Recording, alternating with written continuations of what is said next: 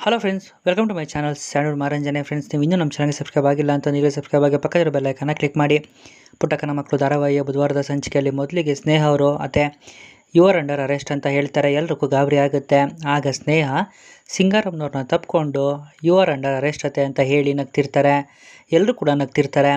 ಆಗ ವಸು, ಅಯ್ಯೋ ಸ್ನೇಹ, ನೀನು ಇಷ್ಟೊತ್ತು ಮಾಡಿದ್ದು ತಮಾಷೆನ, ಎಲ್ಲಿ ಏನಾಗೋಯ್ತು ಅಂತ ಹೇಳಿ ನನಗಂತೂ ತುಂಬಾ ಭಯ ಆಗೋಗಿತ್ತು ಅಂತ ಹೇಳ್ತಾರೆ.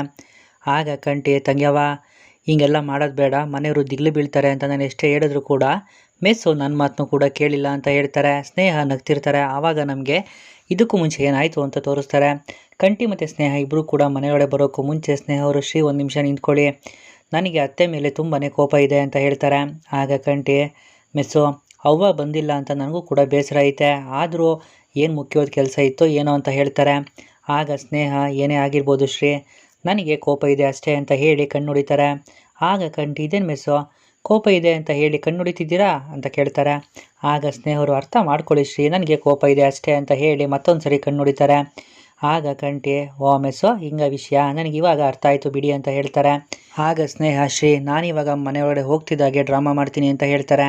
ಆಗ ಕಂಟಿ, ಮೆಸ್ಸು, ನಿಮಗೆ ಡ್ರಾಮಾ ಮಾಡೋಕ್ಕೆಲ್ಲ ಬರುತ್ತಾ ಅಂತ ಕೇಳ್ತಾರೆ.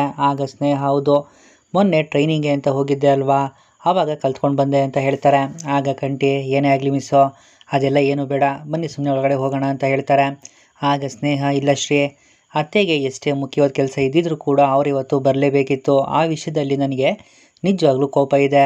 ಅದಕ್ಕೆ ಅತ್ತೆನ ಸ್ವಲ್ಪ ಆಟ ಆಡಿಸ್ತೀನಿ, ನೀವು ನನಗೆ ಸಪೋರ್ಟ್ ಮಾಡಬೇಕು, ಏನಿವಾಗ ಮಾಡ್ತಿರೋ ಇಲ್ವೋ ಅಂತ ಕೇಳ್ತಾರೆ.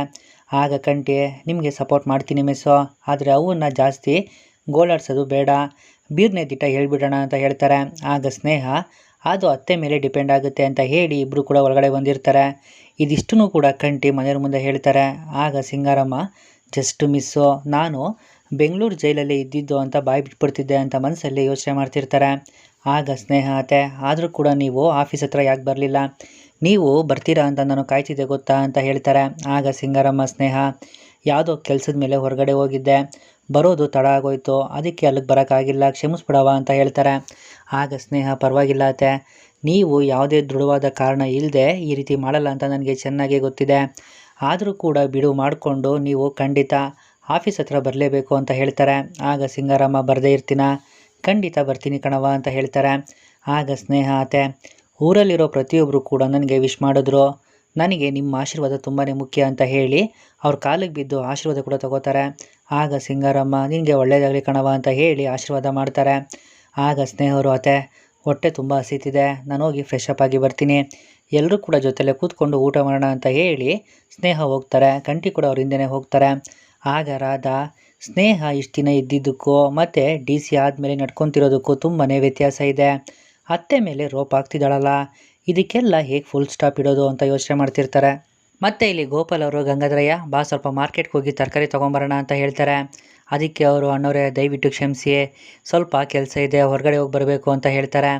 ಆಗ ಗೋಪಾಲ್ ಅವರು, ಇದು ಕೂಡ ಕೆಲಸನೇ ಕಣಯ್ಯ, ಬಾ ಹೋಗಿ ಬರೋಣ ಅಂತ ಹೇಳ್ತಾರೆ. ಅಷ್ಟರಲ್ಲಿ ಪುಟ್ಟಕ್ಕ ಕೂಡ ಅಲ್ಲಿಗೆ ಬರ್ತಾರೆ. ಆಗ ಗಂಗಾಧರನವರು, ಅಮ್ಮೋರೆ ನನಗೊಂದು 2 ಗಂಟೆ ಪರ್ಮಿಷನ್ ಬೇಕಿತ್ತು, ಹೊರಗಡೆ ಹೋಗಬೇಕಿತ್ತು ಅಂತ ಹೇಳ್ತಾರೆ. ಆಗ ಪುಟ್ಟಕ್ಕವರು, ಸರಿ ಹೋಗಿ ಬಾಪ ಅಂತ ಹೇಳ್ತಾರೆ. ಗಂಗಾಧರಯ್ಯ ಅಲ್ಲಿಂದ ಹೋಗ್ತಾರೆ. ಆಗ ಗೋಪಾಲ್ ಅವರು, ಏನವ್ವ ನಿಮ್ಮಪ್ಪ ಇಷ್ಟೊಂದು ನಿಗೂಢ ಮನುಷ್ಯ, ಹೇಳ್ದೆ ಕೇಳದೆ ಹೋಗೇ ಬಿಟ್ನಲ್ಲ, ಪುಟ್ಟಮ್ಮಿ ನೀನು ಕೂಡ ಎಲ್ಲದಕ್ಕೂ ಈ ರೀತಿ ಒಪ್ಕೊತ ಹೋದರೆ ಹೇಗೆ, ಸ್ವಲ್ಪ ಹುಷಾರಾಗಿರಬೇಕು ಅಂತ ಹೇಳ್ತಾರೆ.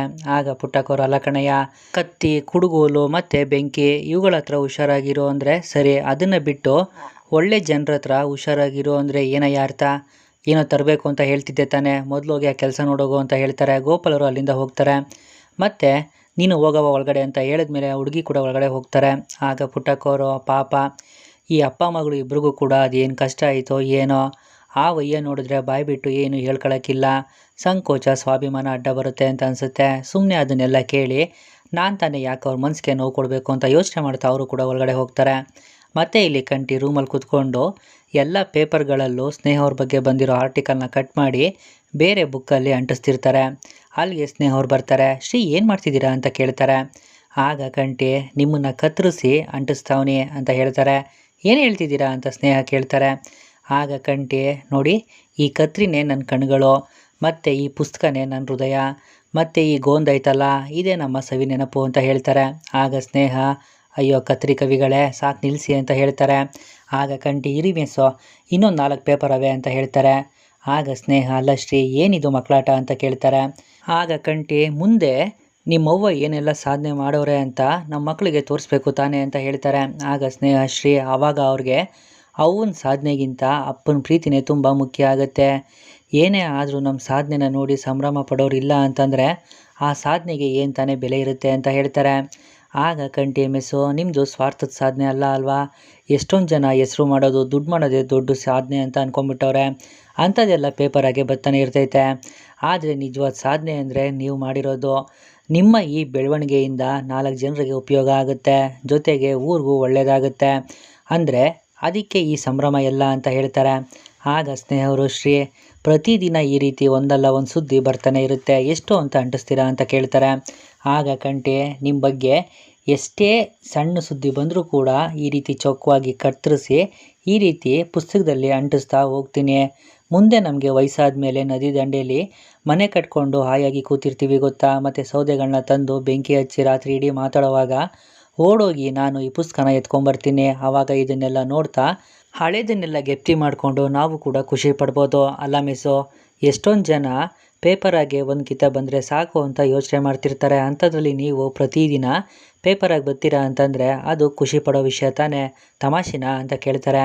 ಆಗ ಸ್ನೇಹ, ಅಯ್ಯೋ ಮರ್ತೇ ಬಿಟ್ಟಿದ್ದೆ ಶ್ರೀ, ನಿಮಗೆ ಕೊಡಬೇಕು ಅಂತ ನಾನು ಏನೋ ತಂದಿದ್ದೆ ನೋಡಿ, ಮರ್ತೇ ಹೋಯ್ತು ಅಂತ ಹೇಳಿ ಬ್ಯಾಗ್ ಹತ್ರ ಹೋಗಿ ಏನೋ ಎತ್ಕೊಂಡು ಕೈಯಲ್ಲಿ ಬಚ್ಚಿಡ್ಕೊತಾರೆ. ಏನು ಮಿಸ್ ಅದು ಅಂತ ಕಂಟಿ ಕೇಳ್ತಾರೆ. ಶ್ರೀ, ನಿಮಗೆ ಅಂತ ನಾನು ಏನೋ ತಂದಿದ್ದೀನಿ, ಏನು ಅಂತ ಗೆಸ್ ಮಾಡಿ ಅಂತ ಹೇಳ್ತಾರೆ.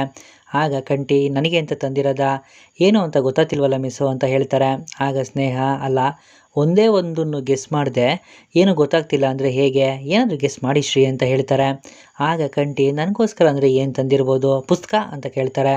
ಇಲ್ಲ ಅಂತ ಸ್ನೇಹ ಹೇಳ್ತಾರೆ. ವಾಚ ಮಿಸ್ಸು ಅಂತ ಕೇಳ್ತಾರೆ. ಇಲ್ಲ ಅಂತ ಸ್ನೇಹ ಹೇಳ್ತಾರೆ.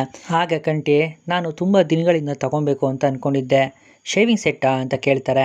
ಆಗ ಸ್ನೇಹವರು ಇಲ್ಲ ಶ್ರೀ ಅಂತ ಹೇಳ್ತಾರೆ. ಆಗ ಕಂಟಿ ಮಿಸ್ಸು, ನನಗೇನು ಗೊತ್ತಾಗ್ತಿಲ್ಲ, ಅದೇನು ಅಂತ ನೀವೇ ಹೇಳಿಬಿಡಿ ಅಂತಾರೆ. ಆಗ ಸ್ನೇಹ, ತಗೊಳ್ಳಿ ನೀವೇ ನೋಡಿ ಅಂತ ಹೇಳಿ ಬಾಕ್ಸ್ನ ಕೊಡ್ತಾರೆ. ಕಂಟಿ ಬಾಕ್ಸ್ನ ಓಪನ್ ಮಾಡ್ತಾರೆ. ಅದರಲ್ಲಿ ಚಿನ್ನದ ಸರ ಇರುತ್ತೆ, ಜೊತೆಗೆ ಹಾರ್ಟ್ ಶೇಪಲ್ಲಿರೋ ಒಂದು ಪೆಂಡೆಂಟ್ ಇರುತ್ತೆ. ಅದರಲ್ಲಿ ಸ್ನೇಹ ಮತ್ತು ಕಂಟಿ ಇಬ್ರದ್ದು ಫೋಟೋ ಇರುತ್ತೆ. ಅದನ್ನು ನೋಡಿ ಕಂಟಿಗೆ ತುಂಬಾ ಖುಷಿ ಆಗುತ್ತೆ. ಅರೆ ಮಿಸ್ಸು, ಫೋಟೋ ಇರೋ ಚೈನು ಅಂತ ಹೇಳ್ತಾರೆ. ಹೌದು ಶ್ರೀ, ನಿಮಗೆ ಇಷ್ಟ ಆಯಿತಾ ಅಂತ ಕೇಳ್ತಾರೆ. ಆಗ ಕಂಟಿ, ಶಾನೆ ಇಷ್ಟ ಆಯಿತು ಮಿಸ್ಸು, ಇದನ್ನು ಇನ್ಯಾವತ್ತೂ ಕೂಡ ನಾನು ತೆಗಿಯೋಕ್ಕಿಲ್ಲ, ನೀವೇ ಇದನ್ನು ನನ್ನ ಕೊರಳಿಗೆ ಹಾಕಿ ಅಂತ ಹೇಳ್ತಾರೆ. ಸ್ನೇಹನೇ ಆ ಚೈನ್ನ ಕಂಟಿ ಕತ್ತಿಗೆ ಹಾಕ್ತಾರೆ.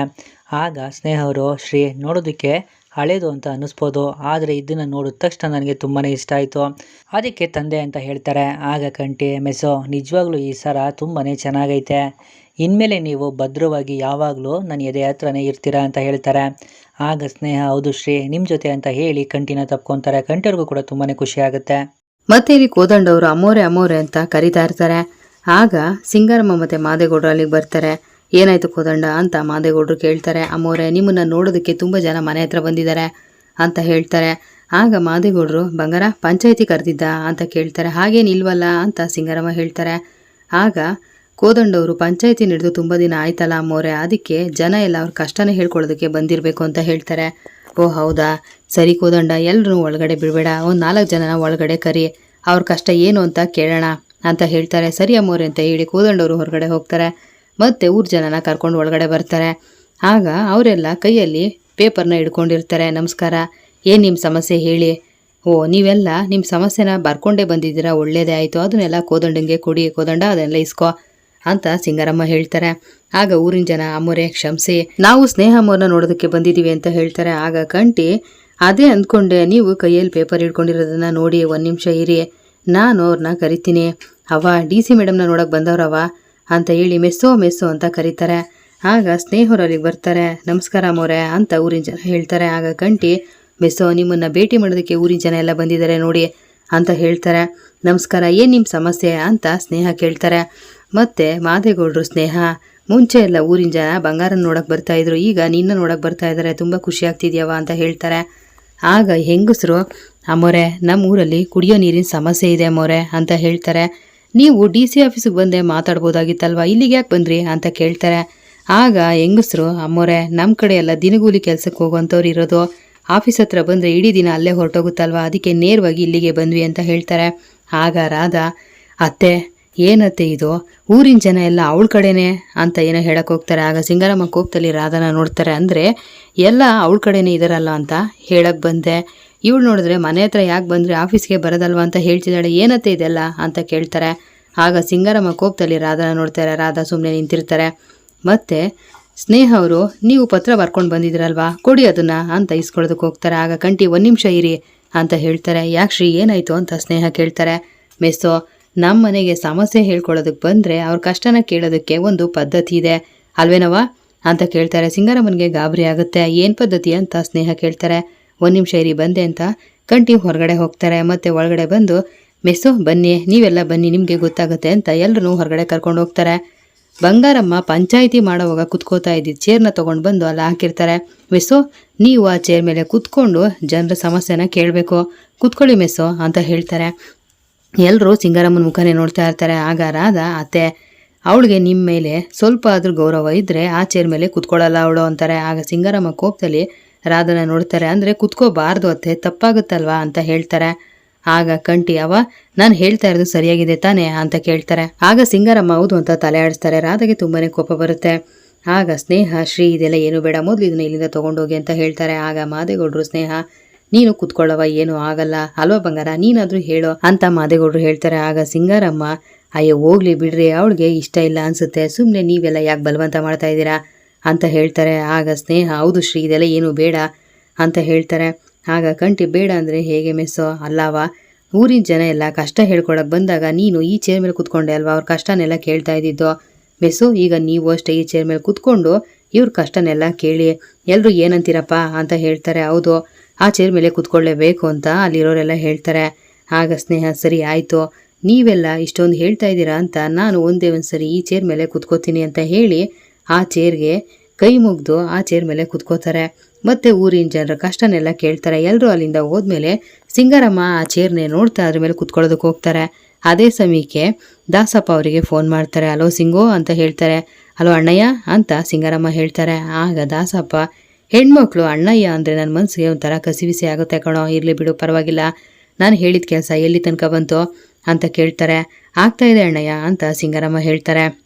ನೋಡು ಸಿಂಗೋ, ಆಗುತ್ತೆ, ಆಗ್ತಾ ಇದೆ ಅಂತ ಕೇಳೋದಕ್ಕೆ ನನಗೆ ಇಷ್ಟ ಆಗಲ್ಲ, ಆಗೋಯ್ತು ಅಂತ ಕೇಳೋದಕ್ಕೆ ತುಂಬ ಇಷ್ಟ ಆಗುತ್ತೆ. ಆ ಹಕ್ಕಿ ಇಲ್ಲಿಂದ ಬೇರೆ ಕಡೆ ಹೋದ್ರೆ ಅದನ್ನು ಹಿಡಿಯೋದು ತುಂಬ ಕಷ್ಟ ಆಗುತ್ತೆ. ಅದಕ್ಕೆ ನಿನಗೆ ಹೇಳ್ತಾ ಇರೋದು, ನಿನ್ನ ಮೇಲೆ ನಾನು ನಂಬಿಕೆ ಇಟ್ಟಿದ್ದೀನಿ ಅಂತ ತುಂಬ ಸಲೀಸಾಗಿ ತಗೋಬೇಡ. ಈ ಡಾನ್ ದಾಸಪ್ಪ ಹೇಗೆ ಅಂತ ನಿನಗೆ ತುಂಬ ಚೆನ್ನಾಗಿ ಗೊತ್ತಿದೆ ಅಲ್ವಾ ಸಿಂಗೋ ಅಂತ ಹೇಳ್ತಾರೆ. ಆಗ ಸಿಂಗಾರಮ್ಮ, ಹೌದು ಅಣ್ಣಯ್ಯ, ನಾನು ಈಗಲೇ ಅಲ್ಲಿಗೆ ಹೋಗಿ ಆ ಹುಡುಗಿ ಬಗ್ಗೆ ಏನೇನು ವಿವರ ಸಿಗುತ್ತೋ ಅದನ್ನೆಲ್ಲ ತಿಳ್ಕೊಂಡು ಬಂದು ನಿಮಗೆ ಹೇಳ್ತೀನಿ ಅಂತ ಹೇಳ್ತಾರೆ. ಹೌದಾ ಸಿಂಗೋ, ಈಗಲೇ ಹೋಗ್ತೀಯಾ, ಈಗಲೇ ಅಂತ ದಾಸಪ್ಪ ಹೇಳ್ತಾರೆ. ಹೌದು ಅಣ್ಣಯ್ಯ, ಈಗಲೇ ಹೋಗ್ತೀನಿ ಅಂತ ಹೇಳಿ, ಹೌದು ಕಣೋ ಲೋಫರ್ ಅಂತ ಮನಸಲ್ಲೇ ಬೈಕೋತಾ ಇರ್ತಾರೆ. ಆಗ ಸರಿ ಸಿಂಗೋ, ಈಗಲೇ ಹೊರಡೋ, ಆದಷ್ಟು ಬೇಗ ವಿಷಯ ತಿಳ್ಕೊಂಡು ಬಂದು ನನಗೆ ಹೇಳೋ ಅಂತ ಹೇಳಿ ಫೋನ್ ಕಟ್ ಮಾಡ್ತಾರೆ. ಆ ಹಕ್ಕಿ ನನಗೆ ಸಿಕ್ಬಿಟ್ರೆ ಅಂತ ಮಾತಾಡ್ತಾ ದಾಸಪ್ಪ ನಗ್ತಾ ಇರ್ತಾರೆ. ಸಿಂಗಾರಮ್ಮ ದಾಸಪ್ಪನ ಬೈಕೋತಾ ಇರ್ತಾರೆ. ಮತ್ತು ಸ್ನೇಹ DC ಆಫೀಸಲ್ಲಿ ಕೆಲಸ ಮಾಡ್ತಾ ಇರ್ತಾರೆ. ಆಗ ಗಂಗಾಧರಪ್ಪ ಮುಖಕ್ಕೆ ಮಾಸ್ಕ್ ಹಾಕ್ಕೊಂಡು ಆಫೀಸ್ ಒಳಗಡೆ ಬರ್ತಾರೆ. ಅವ್ರ ಮಗಳ ಹತ್ರ ಬರೆಸಿರೋ ಲೆಟರ್ನ ಕೈ ಕೊಡ್ತಾರೆ. ಆಗ ಸ್ನೇಹ, ಇದೇನಿದು, ಆಸ್ಪತ್ರೆಗೆ ಸಹಾಯ ಬೇಕು ಅಂತ ಬರೆದಿದ್ದೀರಾ, ಆದರೆ ಇದರಲ್ಲಿ ನಿಮ್ಮ ಹೆಸರು ಇಲ್ಲ, ಇದಕ್ಕಿಂತ ಮುಂಚೆ ಏನೆಲ್ಲ ಟ್ರೀಟ್ಮೆಂಟ್ ಆಗಿದೆ ಮತ್ತು ಏನು ಕಾಯಿಲೆ ಇದೆ, ಈಗ ಏನು ಟ್ರೀಟ್ಮೆಂಟ್ ಮಾಡಿಸೋದಕ್ಕೆ ಈ ಥರ ಸಹಾಯ ಕೇಳ್ತಿದ್ರ ಅನ್ನೋದೇನು ಇಲ್ವೇ ಇಲ್ವಲ್ಲ ಇದರಲ್ಲಿ ಅಂತ ಸ್ನೇಹ ಹೇಳ್ತಾರೆ. ಆಗ ಗಂಗಾಧರಪ್ಪ, ಮೇಡಮ್ ನೀವೇ ನಮಗೆ ಸಹಾಯ ಮಾಡಬೇಕು ಅಂತ ಹೇಳ್ತಾರೆ. ಆಯಿತು, ಸಹಾಯ ಮಾಡೋಣ, ಮೊದಲು ನಿಮ್ಮ ID ಪ್ರೂಫ್ ಕೊಡಿ, ನೀವೇ ಬರೆದ್ರು ಏನೂ ತೊಂದರೆ ಇಲ್ಲ, ಮತ್ತು ಇದಕ್ಕಿಂತ ಮುಂಚೆ ಯಾವ ಆಸ್ಪತ್ರೆಯಲ್ಲಿ ತೋರಿಸಿದ್ರೋ ಅದ್ರ ರಿಪೋರ್ಟ್ ಎಲ್ಲ ಇದೆಯಾ ಅಂತ ಕೇಳ್ತಾರೆ. ಆಗ ಗಂಗಾಧರಪ್ಪ, ಮೇಡಮ್ ಅದ್ಯಾವುದು ನಮ್ಮ ಹತ್ರ ಇಲ್ಲ, ನಾವು ಊರು ಬಿಟ್ಟು ಬಂದುಬಿಟ್ಟಿದ್ದೀವಿ, ಈಗ ನೀವೇ ನಮ್ಮನ್ನು ಕಾಪಾಡಬೇಕು ಮೇಡಮ್, ದಯವಿಟ್ಟು ಸಹಾಯ ಮಾಡಿ ಅಂತ ಹೇಳ್ತಾರೆ. ಆಗ ಸ್ನೇಹ, ನಿಮಗೆ ನಾನು ಹೇಳ್ತಾ ಇರೋದು ಅರ್ಥ ಆಗ್ತಾ ಇಲ್ಲ ಅನಿಸುತ್ತೆ, ನಾನು ಕೇಳ್ತಾ ಇರೋ ಎಲ್ಲ ವಿವರಗಳನ್ನು ಕೊಡಿ, ನಾನು ನಿಮಗೆ ಸಹಾಯ ಮಾಡ್ತೀನಿ. ಇದರಲ್ಲಿ ನಿಮ್ಮ ಹೆಸರು ಬರೆದಿಲ್ಲ, ಹಾಗೆ ನೀವು ಮುಖ ಕೂಡ ತೋರಿಸ್ತಾ ಇಲ್ಲ, ನೀವು ಯಾರು ಅಂತಲೇ ಗೊತ್ತಿಲ್ಲ, ಹೇಗೆ ಸಹಾಯ ಮಾಡೋಕ್ಕಾಗುತ್ತೆ, ನಿಮ್ಮ ಮುಖ ಆದರೂ ತೋರಿಸಿ ಅಂತ ಹೇಳ್ತಾರೆ. ಆಗ ಗಂಗಾಧರಪ್ಪ ಅವರು ಗಾಬರಿಯಿಂದ ಸ್ವಲ್ಪ ಮುಂದೆ ಹೋಗ್ತಾರೆ. ಆಗ ಸ್ನೇಹ, ನಿಂತ್ಕೊಳ್ಳಿ 1 ನಿಮಿಷ, ನೀವು ಮಾಸ್ಕ್ ತೆಗಿರಿ ಅಂತ ಹೇಳ್ತಾರೆ. ಆಗ ಗಂಗಾಧರಪ್ಪ ಮುಖಕ್ಕೆ ಹಾಕೊಂಡಿರೋ ಮಾಸ್ಕ್ನ ತೆಗಿತಾರೆ. ನೀವಾ ಅಂತ ಸ್ನೇಹ ಕೇಳ್ತಾರೆ. ಗಂಗಾಧರಪ್ಪ ಏನು ಮಾತಾಡದೆ ಸುಮ್ಮನೆ ನಿಂತಿರ್ತಾರೆ. ಸ್ನೇಹ ಅವ್ರನ್ನೇ ನೋಡ್ತಾ ಇರ್ತಾರೆ.